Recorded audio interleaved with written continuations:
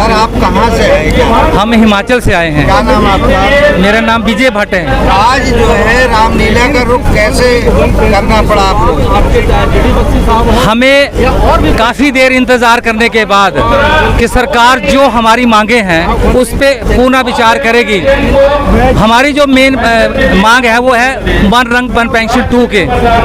आप सबको पता है, आप भी कई दिनों से इस चीज़ को कवरिंग कर रहे हैं। ये जो MSP है मिलिट्री स्पेशल पे, उसको बोलते हैं हिंदी में जोखिम भत्ता। जो जोखिम भत्ता है एक्चुअली वो किसके लिए लागू है? वो एक जवान के लिए लागू है, क्योंकि फ्रंट पे जो लड़ाई लड़ता है वो लड़ता है जवान। अगर सर्जिकल स्ट्राइक हुई है तो सर्जिकल स्ट्राइक में जवान आगे गया है। जवान ने अपनी पूरी पृष्ठभूमि, अपनी जान को दांव पे रखे, अपने परिवार को दांव पे रखे और सर्जिकल स्ट्राइक की है। अगर हिंदुस्तान का नाम चमका है तो जवान की वजह से चमका है। अगर कारगिल की लड़ाई जीती है तो वो जवान ने जिताई है। जवान जो है वो आगे फ्रंट लाइन पे होता है हमेशा। और बाद में जवान को क्या होता है कि जो पूरी रोटी होती है, रोटी का एक पीस जब बचता है वो जवान को देते हैं और बाकी जो ऊपर वालों को मिल जाता है। हम ये चाहते हैं कि जो मिलिट्री स्पेशल पे जोखिम भत्ता है वो नीचे लेवल से शुरू करें।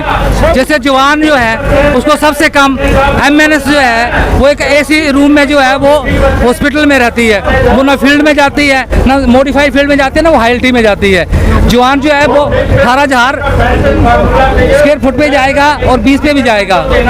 इसलिए जवान को अफसर के बराबर, हम नहीं बोल रहे कि अफसर से ज़्यादा मिलना चाहिए, परंतु एक रैंक एक पेंशन का मतलब क्या हुआ?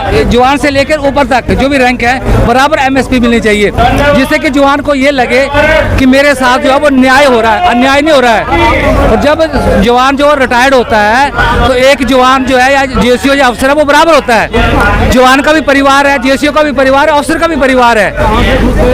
रिटायरमेंट के बाद बल्कि जवान जो है वो 15 साल में रिटायर होता है, 17 में रिटायर होता है, उसकी जिम्मेदारी ज़्यादा होती है, उसके बच्चे छोटे होते हैं। पर अफसर जो होता है वो 55 या 60 साल में जाकर रिटायर होता है। उस टाइम उसके बच्चे जो एडजस्ट हो चुके होते हैं, जवान के बच्चे भी स्कूल में पढ़ रहे होते हैं। इसलिए हम लोग आज जो हमारे लिए ऐतिहासिक दिन है, जो 6 अगस्त 2023 है, रामलीला मैदान जो है, और हमेशा जो लड़ाई जीती गई है वो रामलीला मैदान दिल्ली से जीती गई है। तो हमें पूरी उम्मीद है कि हमारे जो प्रधानमंत्री हैं, जिन्होंने की 2014 में रेवाड़ी में रैली की थी और हमें फौजियों के साथ न्याय करने के लिए बोला था और न्याय किया भी था उन्होंने। वन रंग पेंशन 1971 से लड़का हुआ था, दिया था, परंतु जो उसमें के बीच में त्रुटियां रह गई हैं। हम चाहते हैं कि प्रधानमंत्री जी 15 अगस्त में जब झंडा लहराएं, तिरंगा झंडा लहराने से पहले एक बार MSP पे ही घोषणा कर दें, तो जवानों के लिए ये एक संजीवनी बूटी मिल जाएगी। वो अपने परिवार को अच्छी तरह चला सकेगा, क्योंकि उसकी पे बढ़ेगी तो घर की जो जिम्मेदारी हैं वो थोड़ा कम हो जाएंगी। तो इसलिए मैं ज़्यादा ना बोलता हूँ, यही बताऊँगा MSP में जोखिम भत्ता उस पर ही टारगेट करूँगा। मेरा सवाल है आप लोगों से, आप लोगों की संख्या 28 लाख है, कुल मिला के वोटर अगर पूर्व सैनिकों के लगाया जाए तो 1 से लेकर 1.25 करोड़ है देश के अंदर। 2024 में अगर ये विसंगतियाँ नहीं दूर हुई तो वोट का चोट होएगा पूर्व सैनिकों का। ऐसा है कि हमारा पहले काम है कि अपनी मांगे रखना, सरकार का काम उस मांगों पे ध्यान देना और हमारी मांगों को मानना। 2024 पे निर्णय करेंगे लास्ट में क्या करना है वो पूर्णतः। जिस प्रकार आज हम रामलीला मैदान में इकट्ठे हुए हैं इसी प्रकार संगठन इकट्ठा होगा, उस प्रकार सब मिलकर डिसीजन लेंगे कि हमने 2024 में क्या करना है। आज हम ये बोलेंगे कि जो हमारी मांगे वन रंग वन पेंशन पे हैं, तो जो केंद्रीय सरकार है, हमारे प्रधानमंत्री जी हैं, रक्षा मंत्री जी हैं, वित्त मंत्री जी हैं, वो इस पे ध्यान दें, गौर करें और इस विसंगति को दूर करें। और 15 अगस्त को तिरंगा झंडा फहराने से पहले एक बार घोषणा कर दें, MSP पे ही घोषणा कर दें, तो भी हमारे लिए एक संजीवनी बूटी मिल जाएगी। 26 जुलाई को जो प्रोग्राम जंतर मंतर पे हुआ था, वहाँ पे सैनिक बल अपना ताकत दिखाए। उसके बाद राजनाथ जी से एक कमेटी परमिशन की मिली जाके, राजनाथ जी ने वादा किया है कि इसी सेशन के अंदर पूर्व सैनिकों की वन रैंक वन पेंशन की बात उठाई जाएगी और 15 अगस्त आने से पहले उनको खुशखबरी दे दी जाएगी, ऐसा बोला उन्होंने। आज क्या है कैसी मतलब ऐसी है वो आगे बड़ी जो है पड़ा? हमें कोई भागना नहीं पड़ा। ये पूरे सैनिकों का एक जो संगठन था उसकी एक सबके अंदर एक विचार था और एक एकजुटता का प्रमाण देने का था कि जो जवान है वो एक हैं, सबकी मांग एक ही है। जैसे बरसात के दिनों में रंग बिरंगे नाले नदियां निकलाती हैं परंतु बाद में एक ही नदी रह जाती है, वैसे हमारा संगठन एक ही है। परंतु हम ये दिखाना चाहते थे कि जवान जो है वो जो अपनी मांग है वो जारी रखे हुए हैं और 15 अगस्त बिल्कुल नजदीक आने वाला है। 8 या 9 दिन रह गए हैं 15 अगस्त को, तो कम से कम हमारी जो केंद्र सरकार है वो आज इस इतने बड़े जनसमूह को, इतने बड़े बहाव को देखकर कम से कम एक बार फिर सोचेगी कि अगर हम लोग इन जवानों की मांगे नहीं स्वीकार करते हैं या इन मांगों को स्वीकार नहीं करते हैं और 15 अगस्त को घोषणा नहीं करते हैं, तो जैसे आपने बोला कि हमारी स्टैंड 1.5 करोड़ है, परंतु 1.5 करोड़ एक्स सर्विसमैन हैं, उनके साथ एक आदमी के साथ 10 आदमी भी जुड़े होते हैं, ये बनता है 10.5 करोड़। क्योंकि मेरा परिवार 10 आदमी है तो मेरे साथ जुड़ा वो मेरे डायरेक्शन चलेगा, हमारे साहब का परिवार वो साहब के डायरेक्शन से चलेगा, तो ये हमारा 10.5 करोड़ वोट बनता है, 1.5 करोड़ वोट नहीं बनता हमारा। ये जो है, परंतु हम एक बात और बताना चाहते हैं, सबसे पहले हम हैं भारतीय, हम हैं देश प्रेमी, हम देश के प्रति कोई बात नहीं करेंगे, देश के प्रति बात करेंगे। अगर देश रहेगा तो हम रहेंगे, परंतु हमारी केंद्र सरकार को ये देखना चाहिए कि जो भी सैनिक होता है वो देश प्रेमी होता है, अपने देश के लिए अपनी जान कुर्बान कर देता है, अपने देश के लिए अपने परिवार की बलिदानी देता है, परंतु फिर भी वो देश के लिए लड़ता है। जैसे हमारे परिवार, हमारे बच्चे भी देश की सेवा कर रहे हैं। सैनिकों की विसंगतियां जो है, सैनिकों की जो विसंगतियों में भेदभाव पैदा किया, आप किसको जिम्मेदार मानते हैं, अपने अफसरों को या जो है सरकार को?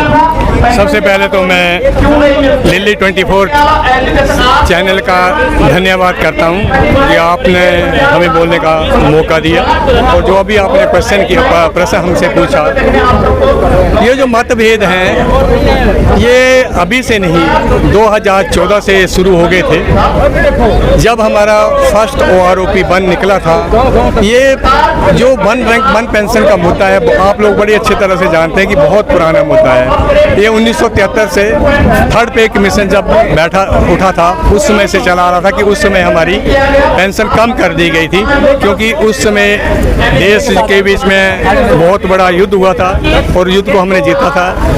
गवर्नमेंट ने ये बोला कि फाइनेंशियली कुछ देश में क्राइसिस आ गया है, जिसकी वजह से हमारे जो JCOR थे उनकी पेंशन को कम कर दी गया।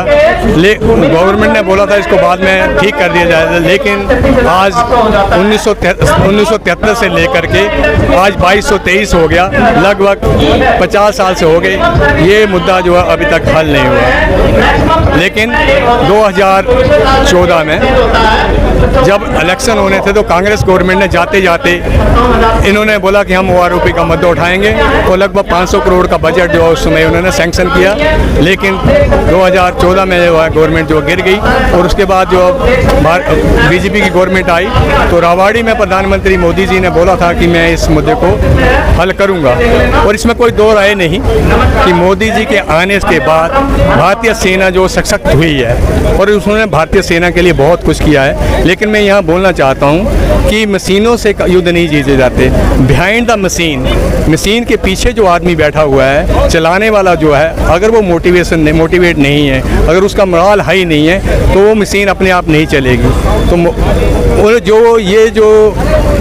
और मोदी जी ने ये भी किया साथ में कि वन रंग वन पेंशन के लिए उन्होंने लगभग 42,000 करोड़ रुपया पहले वन रंग वन पेंशन में दिया, वन OROP में दिया और लगभग 23,000 करोड़ रुपया जो है OROP 2 में भी दिया। लगभग 65,000 करोड़ रुपया जो है एक्स सर्विसमैन के उन्होंने दिया, गवर्नमेंट ने दिया। हम गवर्नमेंट को इसके लिए दोषी नहीं सकते, लेकिन दिक्कत ये हुई कि जो 65,000 करोड़ रुपया मिला उसकी बांट, उसका डिस्ट्रीब्यूशन जो वो सही तरीके से नहीं हुआ, जिसके कारण से ये जितने भी पूर्व सैनिक हैं आज सड़कों पे उतरे हुए हैं। अगर ये उनको ऐसा लगता है कि गवर्नमेंट जो 3% की बात सुन रही है और जो 97% आदमी है उनकी बात नहीं सुन रही है, तो हम ये चाहते हैं कि कि जो ये 65,000 करोड़ की जो डिस्ट्रीब्यूशन है, अगर ये सही तरीके से अभी भी हो जाए तो ये सैनिक अपने आप वापस चले जाएंगे, चाहे वो कम मिले चाहे ज़्यादा मिले,